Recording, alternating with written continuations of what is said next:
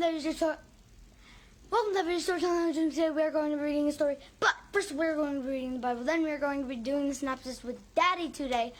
Then we are going to be reading Fellowship of the Ring. I hope you guys enjoy. Make sure to hit the like button, subscribe, and hit the bell, not miss another video.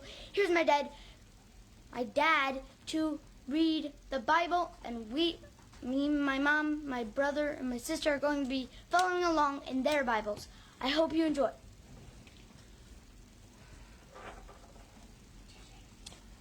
And I hope you enjoy also. Thank you, one person who's already signed in. I appreciate you. Okay, so actually, we maybe just take it away. All right, so we are in 1 Samuel chapter 12. This is the English Standard. Thank you for the likes. Hi, is that Jessica? Hi, Jessica. Hey, guys, is what she said. I'm saying, hey, girl. So, I'm not that cool, but, you know. Okay, so I'm waiting for Mom to get back. So, do.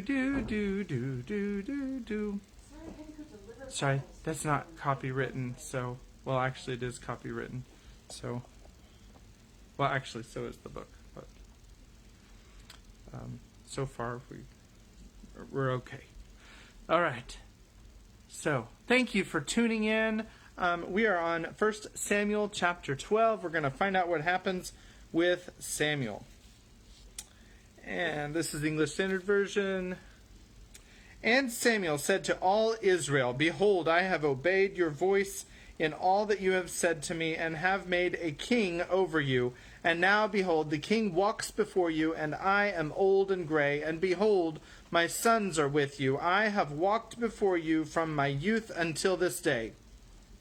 Here I am, testify against me before the Lord and before his anointed. Whose ox have I taken, or whose donkey have I taken, or whom have I defrauded, whom have I oppressed, or from whose hand have I taken a bribe to blind eyes with it? Testify against me, and I will restore it to you." They said, "You have not defrauded us or oppressed us, or taken anything from any man's hand." And he said to them, "The Lord is witness against you, and his anointed is witness this day, that you have not found anything in my hand." And they said, "He is witness." And Samuel said to the people, "The Lord is witness, who appointed Moses and Aaron, and brought your fathers up out of the land of Egypt. Now therefore stand still, that I may plead with you before the Lord concerning all the righteous deeds of the Lord that he performed for you and for your fathers. When Jacob went into Egypt, and the Egyptians oppressed them, then your fathers cried out to the Lord, and the Lord sent Moses and Aaron, who brought your fathers out of Egypt, and made them dwell in this place.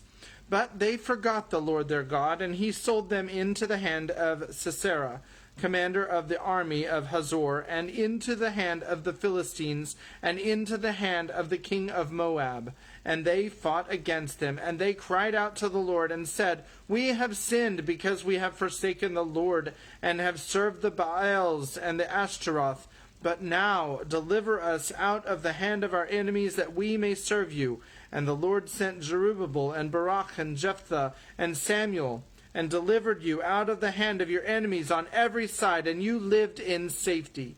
And when you saw that Nashah, the king of the Ammonites, came against you, you said to me, "No, but a king shall reign over us," when the Lord your God was your king. And now, behold, the king whom you have chosen, for whom you have asked, behold, the Lord has set a king over you. If you will fear the Lord and serve him and obey his voice, and not rebel against the commandment of the Lord, and if both you and the king who reigns over you will follow the Lord your God, it will be well.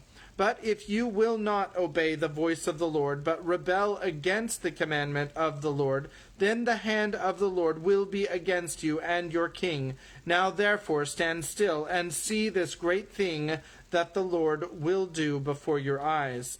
Is it not wheat harvest today? I will call upon the Lord, that he may send thunder and rain, and you shall know and see that your wickedness is great, which you have done in the sight of the Lord, in asking for yourselves a king.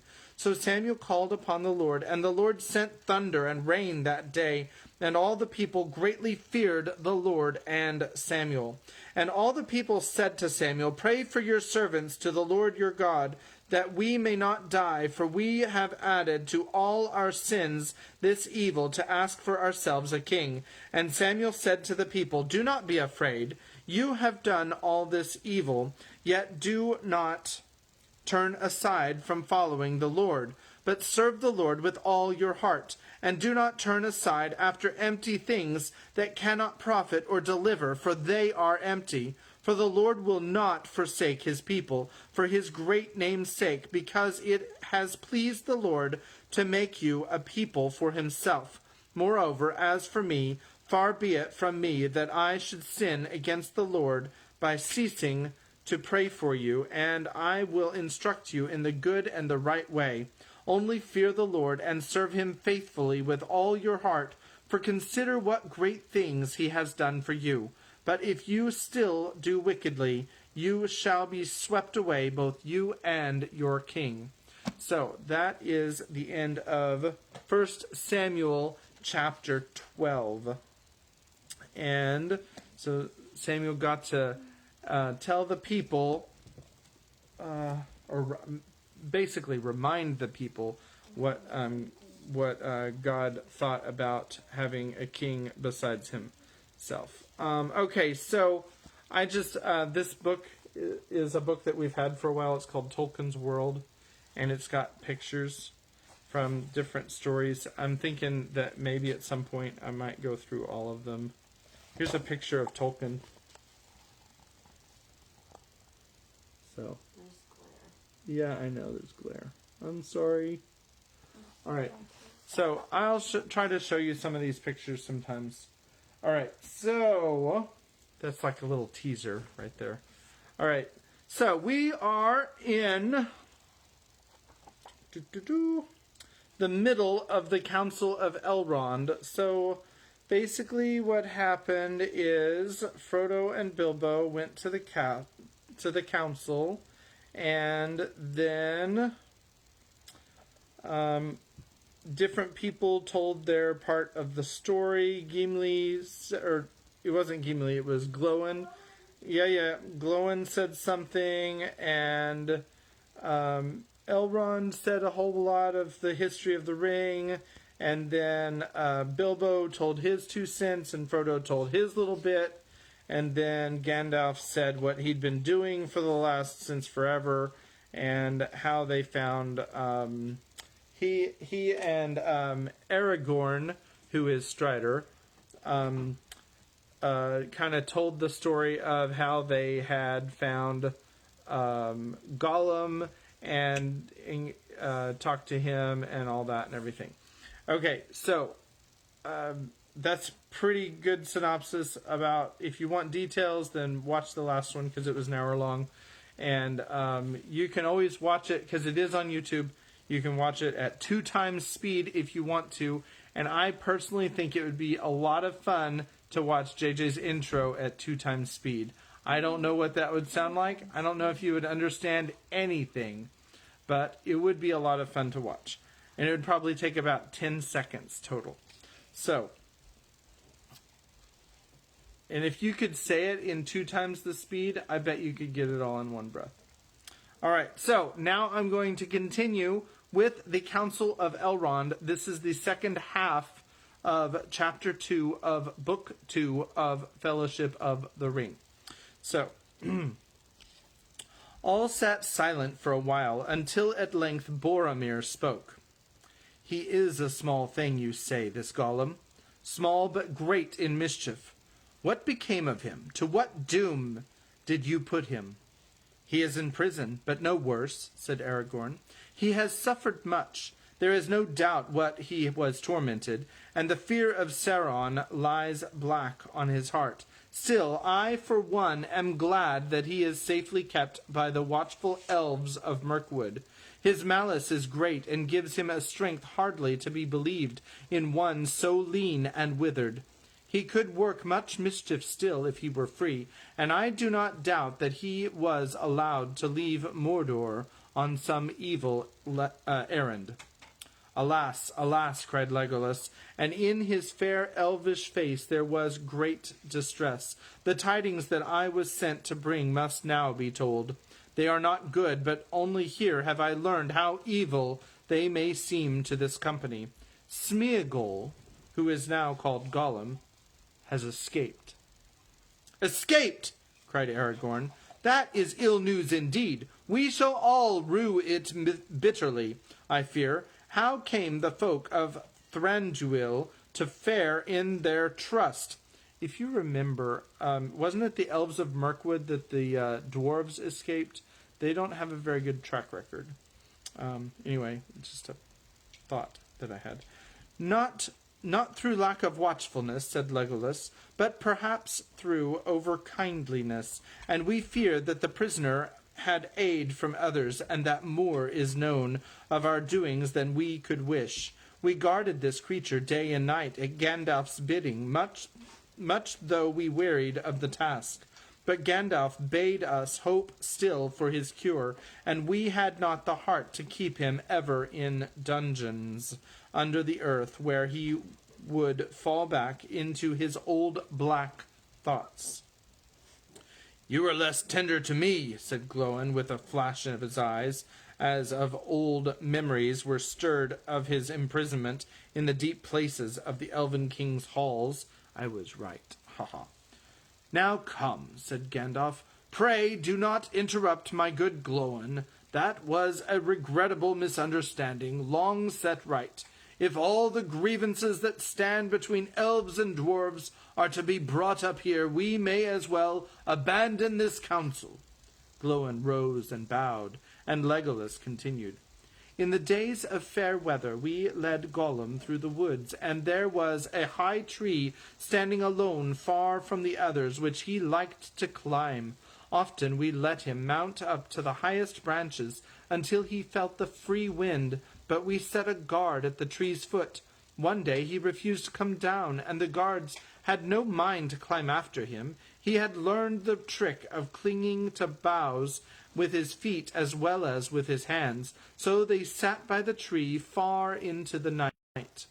It was that very night of summer, yet moonless and starless, that orcs came on us unawares. We drove them off after some time. They were many and fierce, but they came from over the mountains and were unused to the woods. When the battle was over, we found that Gollum was gone, and his guards were slain or taken. It then seemed plain to us that the attack had been made for his rescue, and that he knew of it beforehand. How that was contrived we cannot guess, but Gollum is cunning, and the spies of the enemy are many. The dark things that were driven out in the year of the dragon's fall have returned in greater numbers, and Mirkwood is again an evil place, save where our realm is maintained. We have failed to recapture Gollum. We came on his trail among those of many orcs, and it plunged deep into the forest going south. But ere long it escaped our skill, and we dared not continue the hunt, for we were drawing nigh to Dol Guldur, and that is still a very evil place, and we do not go that way. Well, well, he is gone, said Gandalf.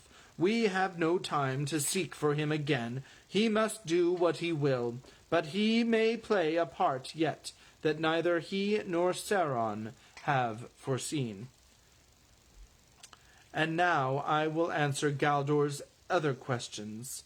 What of Saruman? What are his counsels to us in his need? This tale I must tell in full, for only Elrond has heard it yet, and that in brief. But it will bear on all that we must resolve. It is the last chapter in the Tale of the Ring, so far as it has yet gone. And here is a picture. This is... I think they're at the council down in the bottom. This is the Council of Elrond down at the bottom. And then there's a picture of Gollum. And I don't know if...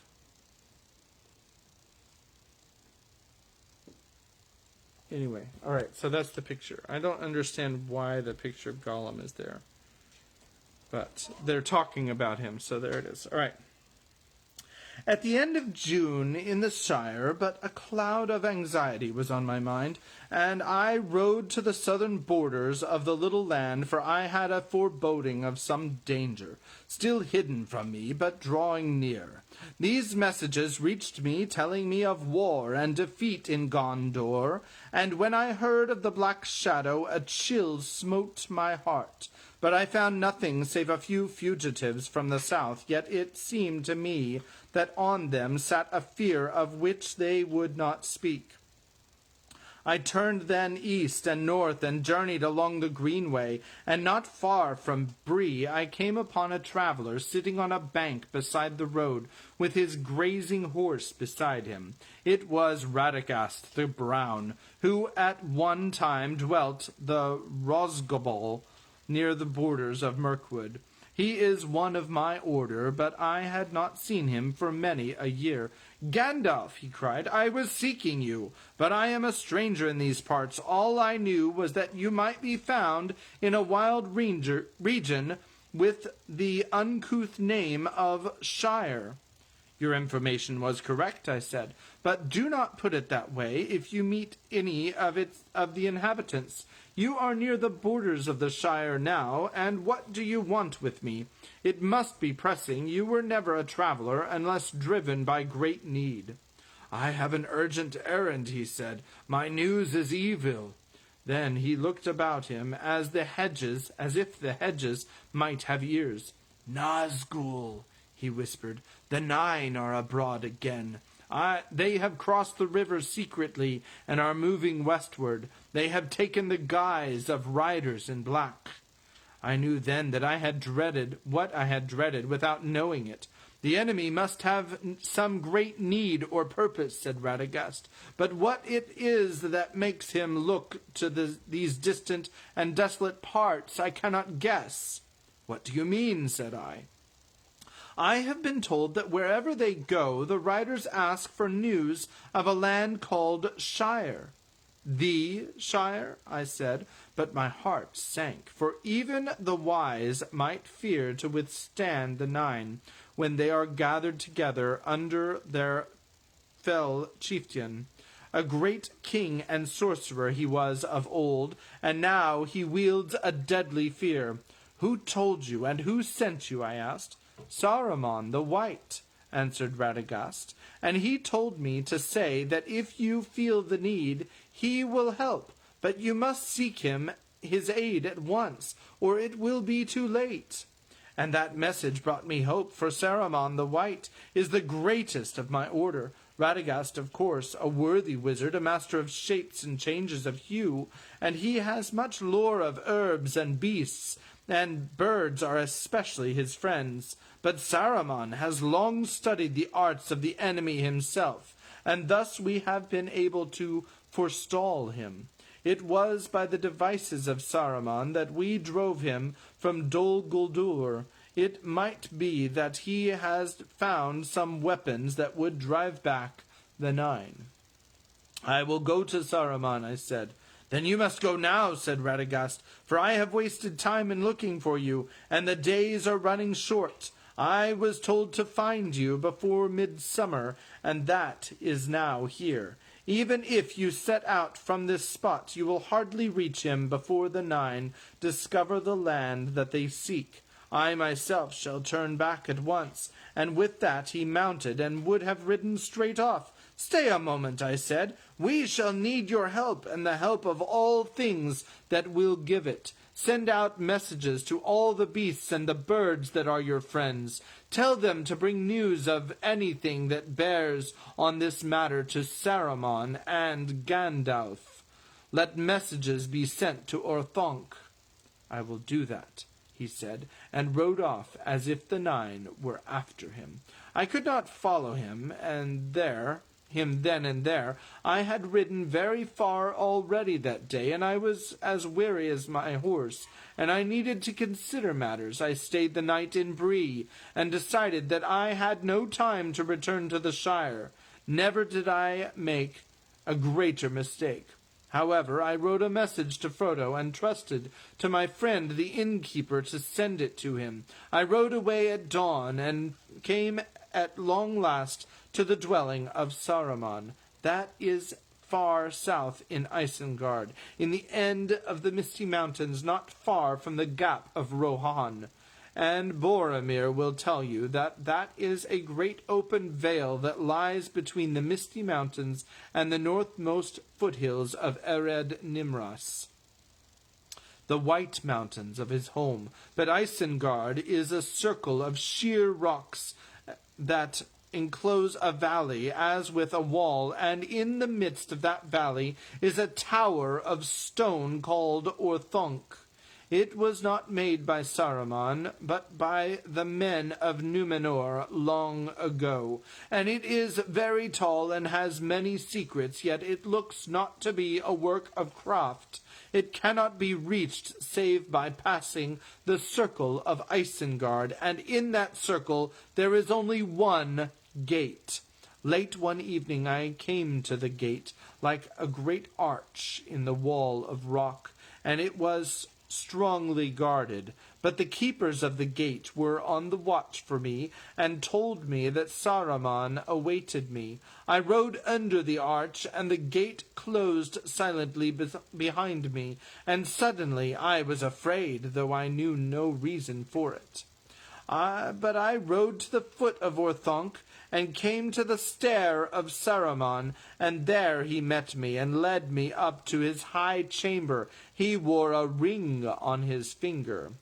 "So you have come, Gandalf," he said to me gravely, but in his eyes there seemed to be a white light, as if a cold laughter was in his heart. "Yes, I have come," I said. "I have come for your aid, Saruman the White," and that title seemed to anger him. "Have you indeed, Gandalf the Grey?"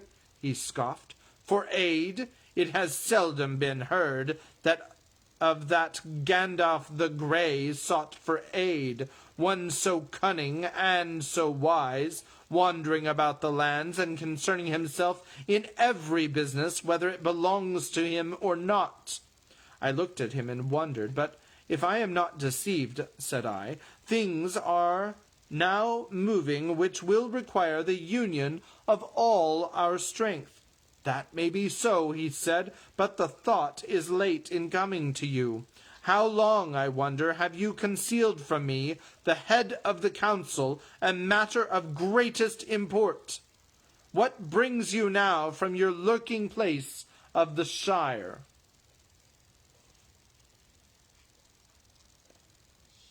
What is that? Oh, that thing. Okay, I'm sorry. I got distracted, sorry. "The 9 have come forth again," I answered. "They have crossed the river, so Radagast said to me." "Radagast the Brown," laughed Saruman, and he no longer concealed his scorn. "Radagast the bird-tamer, Radagast the simple, Radagast the fool."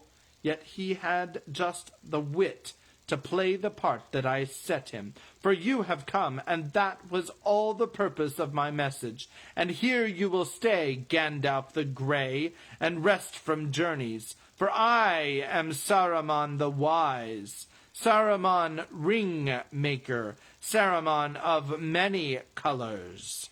I looked then and saw that his robes, which had seemed white, were not so, but were woven of all colors, and if he moved they shimmered and changed hue, so that the eye was bewildered. "I liked white better," I said. "White?" he sneered. "It serves as a beginning. White cloth may be dyed, the white page can be overwritten, and the white light can be broken." "In which case it is no longer white," said I, "and he that breaks a thing to find out what it is has left the path of wisdom. You need not speak to me as though as to one of the fools that you take for friends, said he. I have not brought you hither to be instructed by you, but to give you a choice. He drew himself up then and began to declaim as if he were making a speech long rehearsed. The elder days are gone. The middle days are passing. The younger days are beginning. The time of the elves is over, but our time is at hand, the world of men, which we must rule. But we must have power to order all things as we will, for that good which only the wise can see. And listen, Gandalf, my old friend and helper, he said, coming near and speaking now in a softer voice. I said we, for we it may be, if you wish to join with me. A new power is rising. Against it, the old allies and policies will not avail us at all. There is no hope left in elves or dying Numenor. This, then, is one choice before you, before us.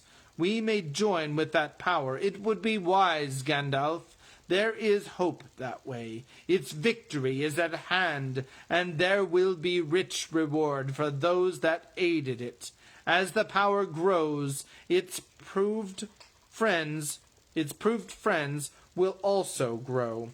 And the wise, such as you and I, may with patience come at last to direct its courses, to contend it. We can bide our time. We can keep our thoughts in our hearts, deploring maybe evils done by the way, but approving the high and ultimate purpose, knowledge, rule, order, all the things that we have so far striven in vain to accomplish, hindered rather than helped by our weak or idle friends.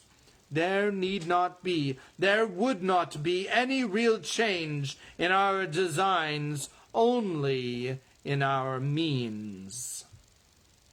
Saruman, I said, I have heard speeches of this kind before, but only in the mouths of emissaries sent from Mordor to deceive the ignorant. I cannot think that you brought me so far only to weary my ears.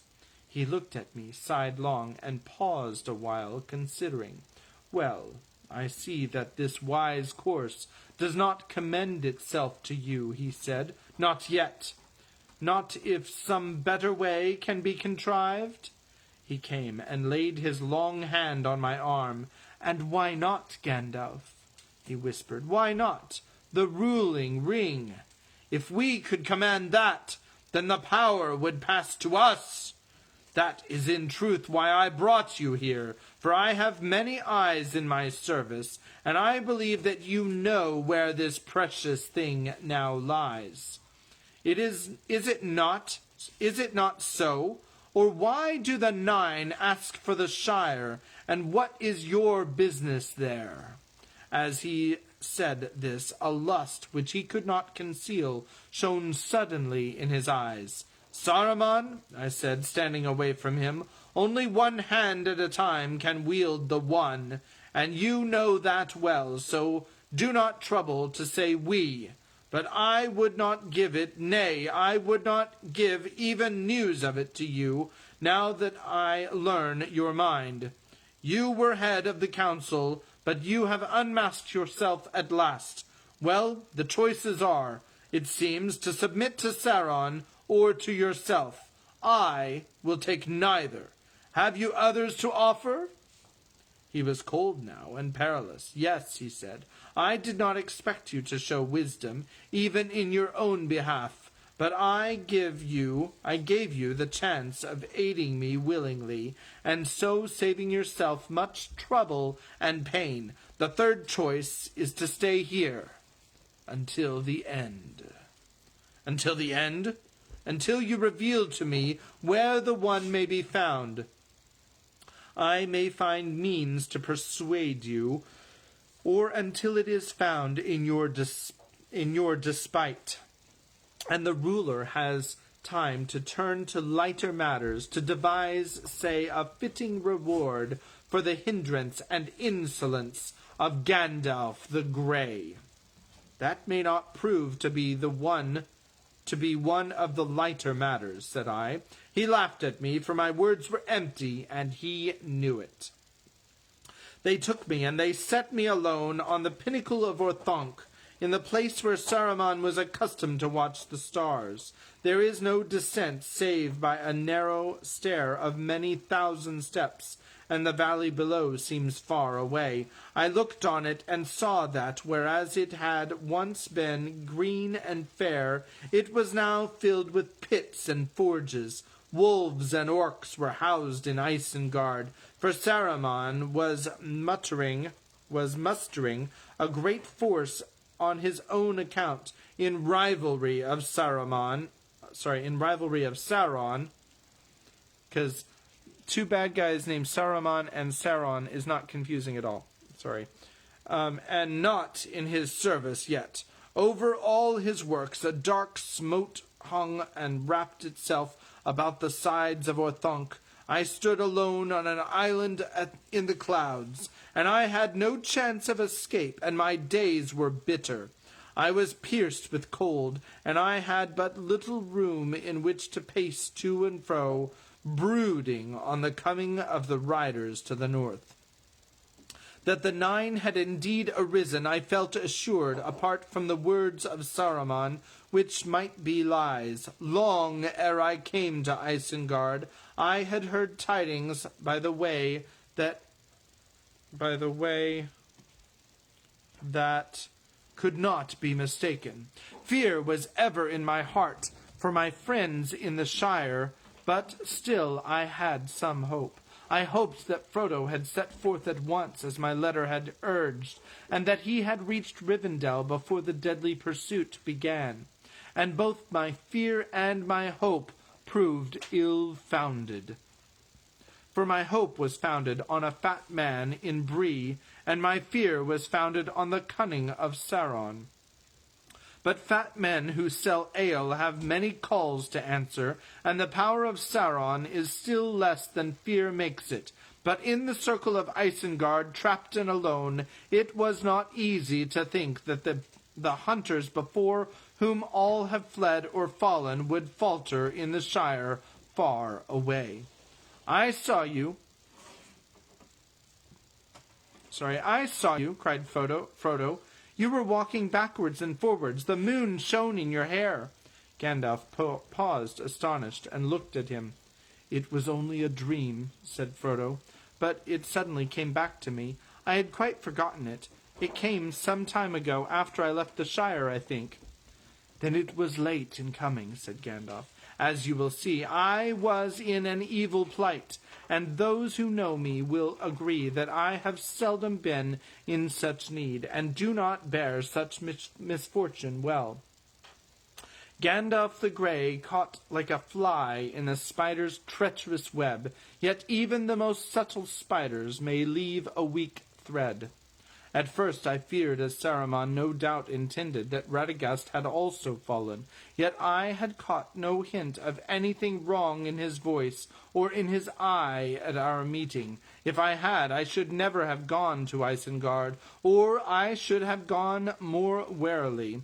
So Saruman guessed, and he had concealed his mind and deceived his messenger. It would have been useless in any case to try and win over the honest Radagast to treachery. He sought me in good faith, and so persuaded me.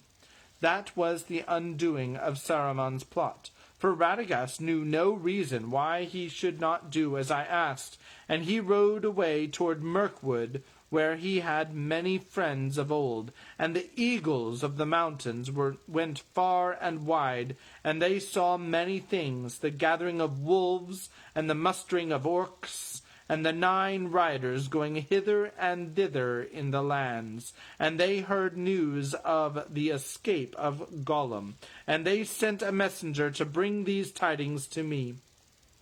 So it was that when summer waned, there came a night of moon, and Gwaihir, the Wind-Lord, swiftest of the great eagles, came unlooked for to Orthanc, and he found me standing on the pinnacle. Then I spoke to him, and he bore me away before Saruman was aware. I was far from Isengard ere the wolves and orcs issued from the gate to pursue me. "How far can you bear me?" I asked Gwaihir. "Many leagues," said he, "but not to the ends of the earth. I was sent to bear tidings, not burdens."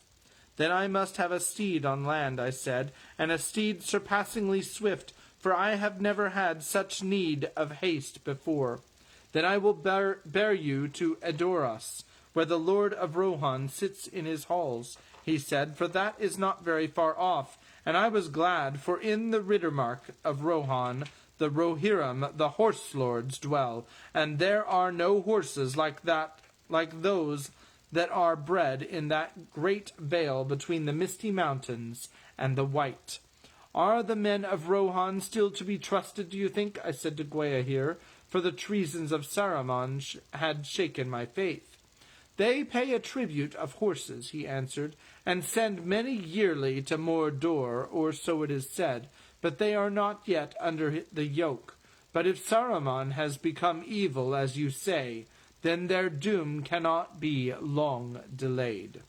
He set me down in the land of Rohan ere dawn, and now I have lengthened my tale overlong. The rest must be more brief. In Rohan I found evil already at work.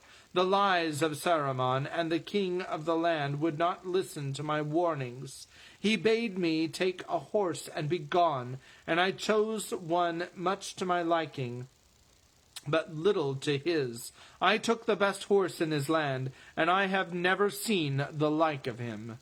"Then he must be a noble beast indeed," said Aragorn, "and it grieves me more than many tidings that might seem worse to learn that Sauron levies such tribute. It was not so when last I was in that land."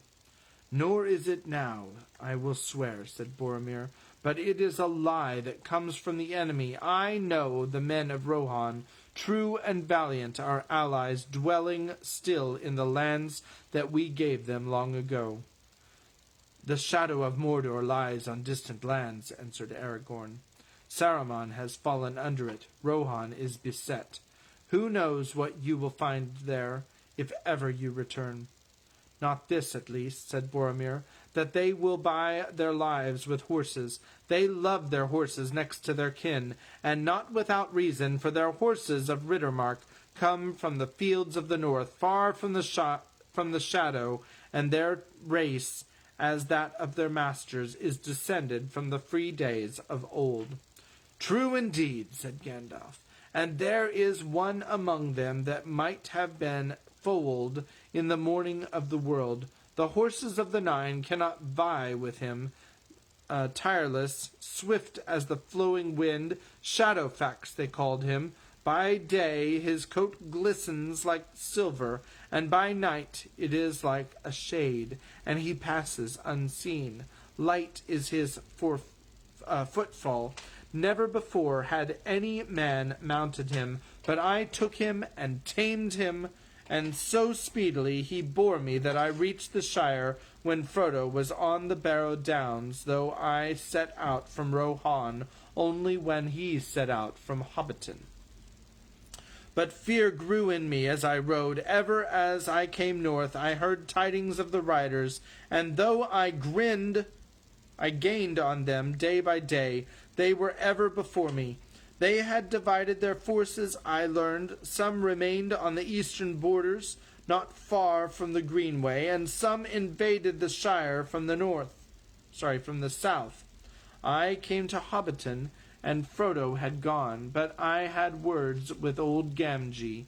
Many words, and few to the point. He had much to say about the shortcomings of the new owners of Bag End. "I can't abide those changes," said he, "not at my time of life, and least of all changes for the worst. Changes for the worst," he repeated many times. "Worst is a bad word," I said to him, "and I hope you do not live to see it." But amidst his talk I gathered at last that Frodo had left Hobbiton less than a week before, and that a black horseman had come to the hill the same evening. Then I rode on in fear. I came to the Buckland and found it in an uproar as busy as a hive of ants that has been stirred with a stick. I came to the house of Crick Hollow and excuse me, and it was broken open and empty, and on the threshold there lay a cloak that had been Frodo's. Then for a while hope left me, and I did not wait to gather news, or I might have been confounded. But I rode on the trail of the riders. It was hard to follow, for it went many ways, and I was at a loss. But it seemed to me that one or two had ridden toward Bree, and that way I went, for I thought of words that might be said to the innkeeper. Butterbur, they called him, thought I. If this delay was his fault, I will melt all the butter in him. I will roast the old fool over a slow fire. He expected no less, and when he saw my face, he fell down flat and began to melt on the spot. What did you do to him? Cried Frodo in alarm. He was really very kind to us, and did all that he could. Gandalf laughed. Don't be afraid, he said. I did not bite, and I barked very little. So overjoyed was I by the news that I got out of him, when he stopped quaking, that I embraced the old fellow. How it happened I could not then guess, but I learned that you had been in Bree the night before, and had gone off that morning with Strider. Strider! I cried, shouting for joy. Yes, sir, I am afraid so, sir, said Butterbur, mistaking me. He got at them, in spite of all that I could do, and they took up with him. They behaved very queer all the time they were here. Wilful, you might say. You fool, thrice worthy and beloved Barlaman, said I. It's the best news I've had since midsummer. It's worth a gold piece at the least. May your beer be laid under an enchantment of surpassing excellence for 7 years, said I. Now I can take a night's rest, for the first since I have forgotten when. So I stayed there that night, wondering much what had become of the riders, for only of two had there yet been any news in Bree, it seemed, but in the night we heard more. 5 at least came from the west, and they threw down the gates and passed through Bree like a howling wind, and the Bree folk are still shivering and expecting the end of the world. I got up before dawn and went after them. I do not know, but it seems clear to me that this is what happened. Their captain remained in secret away south of Bree, while 2 rode ahead through the village, and 4 more invaded the Shire. But when these were foiled in Bree and at Crick Hollow, they returned to their captain with tidings, and so left the road unguarded for a while, except by their spies. The captain then sent some eastward straight across country, and he himself went with the rest rode along the road in great wrath. I galloped to Weathertop like a gale, and I reached it before sundown on my 2nd day from Bree, and they were there before me. They drew away from me, for they felt the coming of my anger, and they dared not face it while the sun was in the sky. But they closed round at night, and I was besieged on the hilltop in the old ring of Amonsul. I was hard put to it indeed. Such light and flame cannot have been seen on Weathertop since the war beacons of old.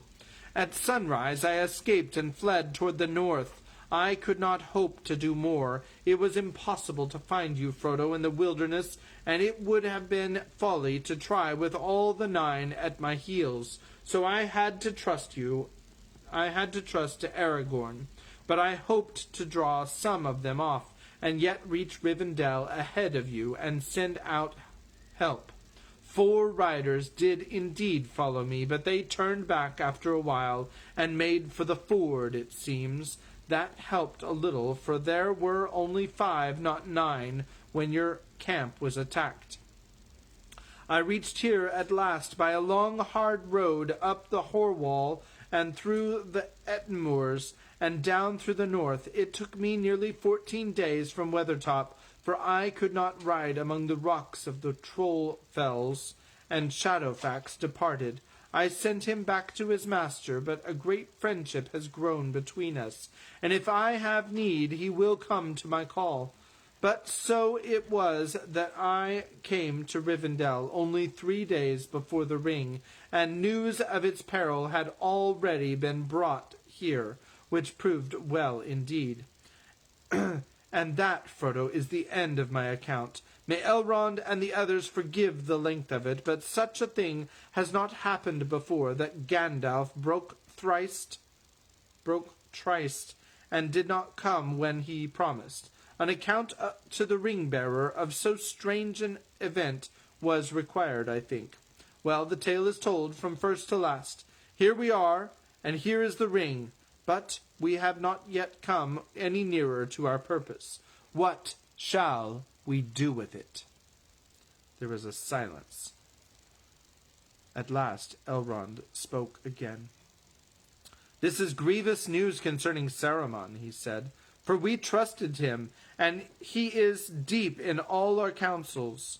It is perilous to study too deeply the arts of the enemy, for good or for ill. But such falls and betrayals, alas, have happened before. Of the tales that we have heard this day, the tale of Frodo was most strange to me. I have known few hobbits save Bilbo here, and it seems to me that he is perhaps not so alone in singular as I had thought him. The world has changed much since I last was on the westward roads. The Barrow-wights we know by many names, and of the old forest many tales have been told. All that now remains is but an outlier of its northern march. Time was when a squirrel could go from tree to tree from what is now the Shire to Dunland west of Isengard. In those days I journeyed once, and many things wild and strange I knew, but I had forgotten Bombadil, if indeed this is still the same that walked the woods and hills long ago, and even then was older than the old. That was not then his name. Arwan Ben-Adar we called him, oldest and fatherless. But many another name he has since been given by other folk. Thorn by the dwarves, Orald by northern men, and other names beside. He is a strange creature, but maybe I should have summoned him to our council. He would not have come, said Gandalf. Could we not still send messages to him and obtain his help? Asked Erestor. It seems that he has a power even over the ring. No, I should not put it so, said Gandalf. Say rather that the ring has no power over him. He is his own master, but he cannot alter the ring itself, nor break its power over others. And now he is withdrawn into a little land within bounds that he has set, though none can see them, waiting perhaps for a change of days, and he will not step beyond them. But within those bounds, nothing seems to dismay him, said Erestor. Would he not take the ring and keep it there, forever harmless? No, said Gandalf, not willingly. He might do so, if all the free folk of the world begged him, but he would not understand the need, and if he were given the ring, he would soon forget it, or most likely throw it away. Such things have no hold on his mind. He would be a most unsafe guardian, and that alone is answer enough. But in any case, said Glorfindel, to send the ring to him would only postpone the day of evil. He is far away. We could not now take it back to him unguessed, unmarked by any spy. And even if we could, soon or late, the Lord of the Rings would learn of its hiding place, and would bend all his power towards it. Could that power be defied by Bombadil alone? I think not. I think that in the end, if all else is conquered, Bombadil will fall, last as he was first, and then night will come. I knew little of Iarwen, save the name, said Galdor. But Glorfindel, I think, is right. Power to defy our enemy is not in him, unless such power is in the earth itself. And yet we see that Sauron can torture and destroy the very hills. What power still remains lies with us, here in Imladris, or with Círdan at the Havens, or in Lorien. But have they the strength? Have we here the strength to withstand the enemy, the coming of Sauron at the last, when all else is overthrown? I have not the strength, said Elrond. Neither have they. Then, if the ring cannot be kept from him for ever by strength, said Glorfindel, two things only remain for us to attempt: to send it over the sea, or to destroy it. But Gandalf has revealed to us that we cannot destroy it by any craft that we here possess, said Elrond. And they who dwell beyond the sea would not receive it. For good or ill, it belongs to Middle-earth. It is for us who still dwell here to deal with it. Then, said Glorfindel, let us cast it into the deeps, and so make the lies of Saruman come true. For it is clear now that even at the council his feet were already on a crooked path. He knew that the ring was not lost forever, but wished us to think so, for he began to lust for it for himself. Yet oft in lies truth is hidden. In the sea it would be safe. Not safe forever, said Gandalf. There are many things of the deep waters, and seas and land may change, and it is not our part here to take thought only for a season, or for a few lives of men, or for a passing age of the world. We should seek a final end of this menace, even if we do not hope to make one. And that we shall not find on the roads to the sea, said Galdor. If the return to Arwen, that's Iarwen, not Arwen, Arwain, be thought too dangerous, then flight to the sea is now fraught with gravest peril. My heart tells me that Sauron will expect us to take the western way when he learns what has befallen. He soon will. The Nine have been unhorsed indeed, but that is but a respite, ere they find new steeds and swifter. Only the waning might of Gondor stands now between him and the march in power along the coasts into the north, and if he comes assailing the White Towers and the Havens, hereafter the Elves may have no escape from the lengthening shadows of Middle-earth. Long yet will that march be delayed, said Boromir. Gondor wanes, you say, but Gondor stands. Even if the end is its strength, it is still very strong. And yet its vigilance can no longer keep back the Nine, said Galdor, and other roads he may find that Gondor does not guard. Then, said Erestor, there are but two courses, as Glorfindel already has declared, to hide the ring forever, or to unmake it. But both are beyond our power. Who will read this riddle for us? None here can do so, said Elrond gravely. At least none can foretell what will come to pass, if we take this road or that. But it seems to me now clear which is the road that we must take. The westward road seems easiest, therefore it must be shunned. It will be watched. Too often the Elves have fled that way. Now at this last we must take a hard road, a road unforeseen. There lies our hope, if hope it be, to walk into peril, to Mordor. We must send the ring to the fire. Silence fell again. Frodo, even in that fair house, looking out upon the sunlit valley filled with the noise of clear waters, felt a dead darkness in his heart. Boromir stirred, and Frodo looked at him.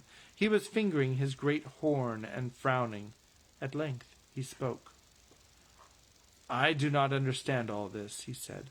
"Saruman is a traitor, but he did not have a glimpse of wisdom. Why do you speak ever of hiding and destroying? Why should we not think that the great ring has come into our hands to serve us in the very hour of need? Wielding it, the free lords of the free may surely defeat the enemy. That is what he most fears, I deem.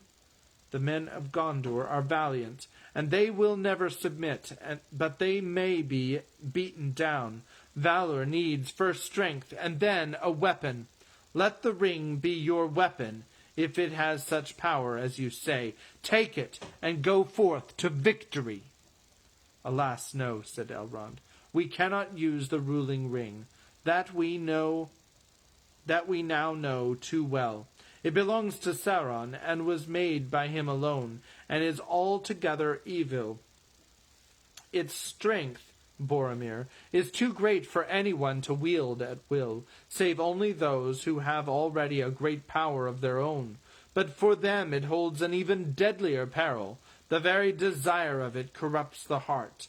Consider Saruman. If any of the wise should with this ring overthrow the Lord of Mordor, using his own arts, he would then set himself on Sauron's throne. And yet another Dark Lord would appear, and that is another reason why the ring should be destroyed. As long as it is in the world, it will be a danger even to the wise, for nothing is evil in the beginning. Even Sauron was not so. I fear to take the ring to hide it. I will not take the ring to wield it." "Nor I," said Gandalf. Boromir looked at them doubtfully, but he bowed his head. "So be it," he said. "Then in Gondor we must trust to such weapons as we have, and at the least, while the wise ones guard this ring, we will fight on. Mayhap the sword that was broken may still stem the tide, if the hand that wields it has inherited not an heirloom only, but the sinews of the kings of men." "Who can tell?" said Aragorn. "But we will put it to the test one day." "May the day not be too long delayed," said Boromir, "for though I do not ask for aid, we need it. It would comfort us to know that others fought also with all the means that they have." "Then be comforted," said Elrond, "for there are other powers and realms that you know not, and they are hidden from you. Anduin the Great flows past many shores ere it comes to Argonath and the gates of Gondor." "Still, it might be well for all," said Glóin the dwarf. "If all these strengths were joined, and the powers of each were used in league, other rings there may be, less treacherous, that might be used in our need. The seven are lost to us, if Balin has not found the ring of Thror, which was the last, not has been heard of it since Thror perished in Moria. Indeed, I may now reveal that it was partly in hope to find that ring that Balin went away." "Balin will find no ring in Moria," said Gandalf. "Thror gave it to Thrain, his son, but not Thrain to Thorin. It was taken with torment from Thrain in the dungeons of Dol Guldur. I came too late." "Ah, alas," said Glóin, "when will the day come of our revenge? But still, there are the three. What of the 3 rings of the elves? Very mighty rings, it is said. Do not the elf lords keep them? Yet they too were made by the Dark Lord long ago. Are they idle? I see elf lords here. Will they not say?" The elves returned no answer. "Did you not hear me, Glóin?" said Elrond. The three were not made by Sauron, nor did he ever touch them, but of them it is not permitted to speak. So much only in this hour of doubt I may now say. They are not idle, but they were not made as weapons of war or conquest. That is not their power. Those who made them did not desire strength or dominion or hoarded wealth, but understanding, making, and healing, to preserve all things unstained. These things the elves of Middle-earth have in some measure gained, though with sorrow. But all that has been wrought by those who wield the three will turn to their undoing, and their minds and hearts will become revealed to Sauron if he regains the one. It would be better if the three had never been. That is his purpose. But what then would happen if the ruling ring were destroyed as you counsel? Asked Glóin.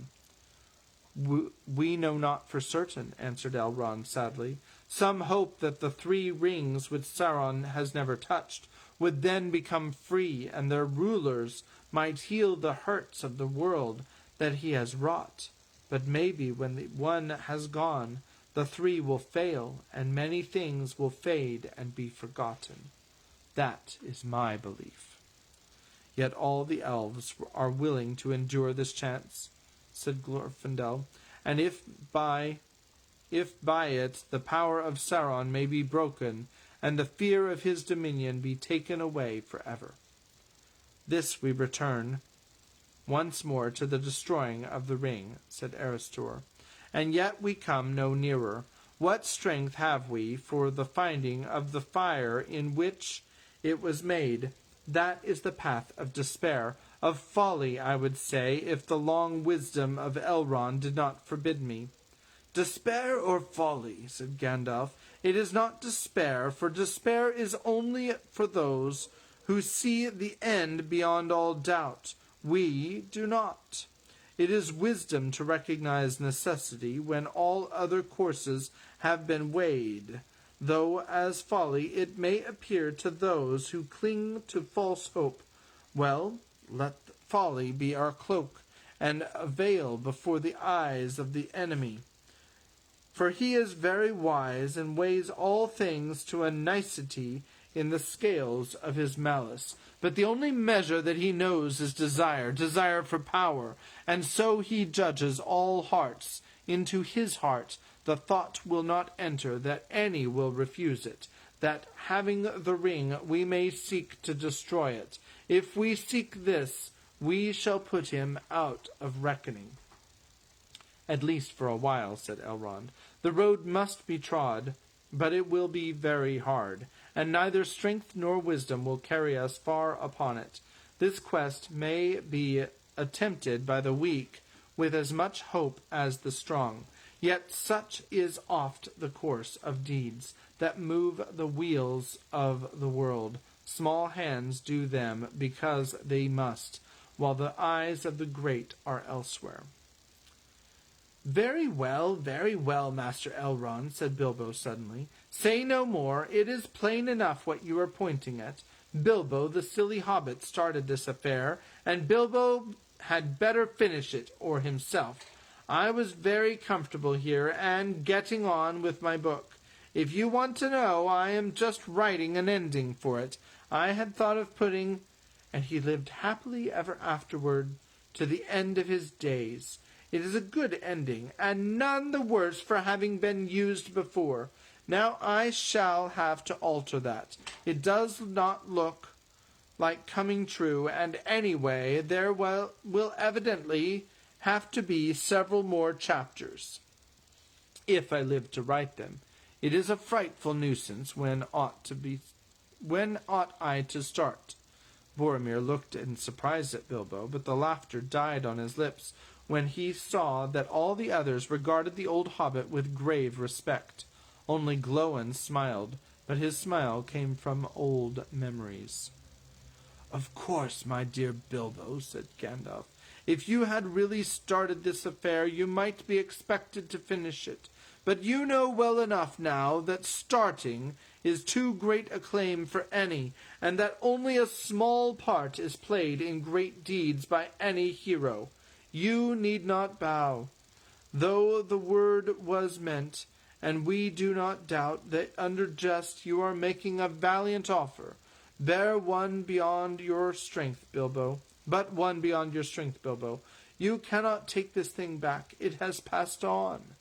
If you need my advice any longer, I should say that your part is ended unless as a recorder. Finish your book and leave the ending unaltered. There is still hope for it, but get ready to write a sequel when they come back. Bilbo laughed. I have never known you to give me pleasant advice before, he said.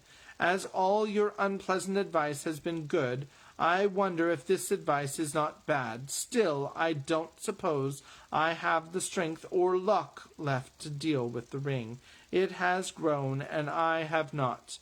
But tell me, what do you mean by they? The messengers who are sent with the ring. Exactly.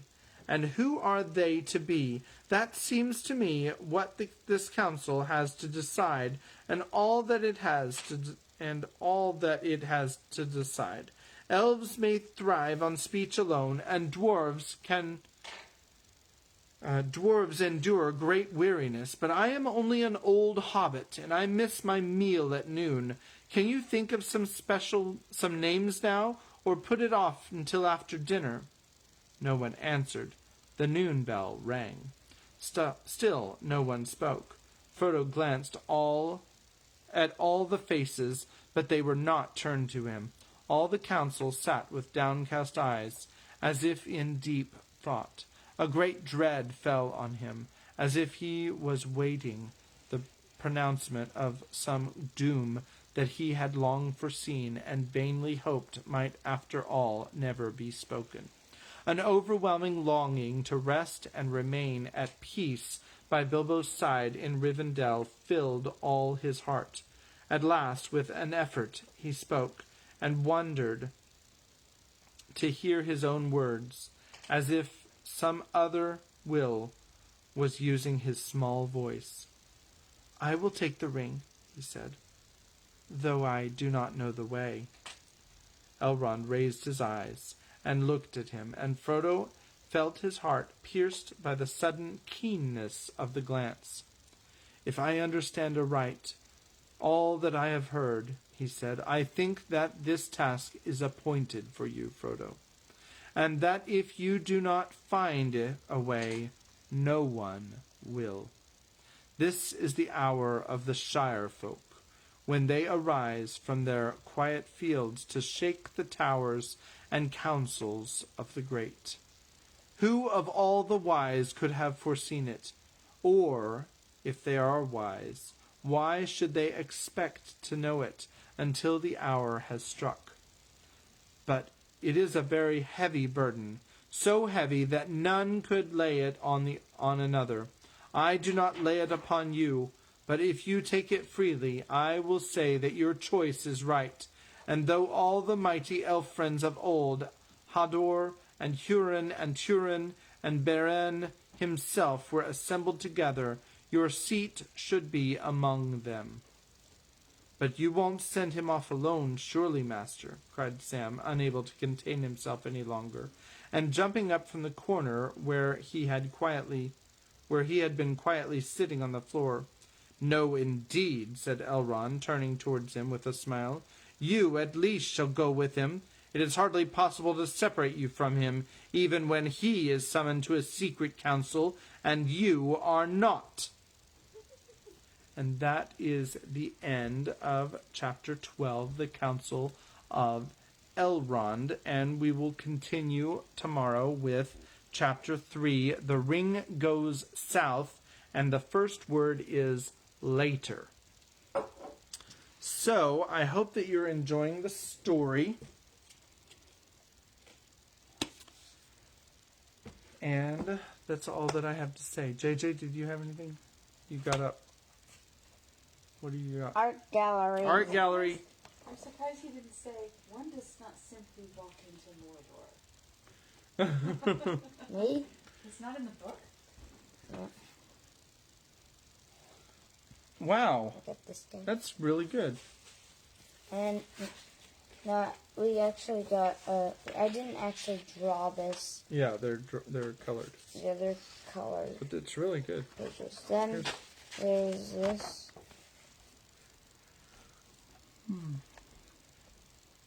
All right. And then the Oh, one last more. one. Right here. Oh, and it's the child, Baby Yoda. Yep. All right. Grogu. Hope you have a good night. Baby Yoda, otherwise known as Grogu, otherwise known as the child, All right. otherwise known as the Mandalorian's pet. It's not his pet. Kid. All right. Good night.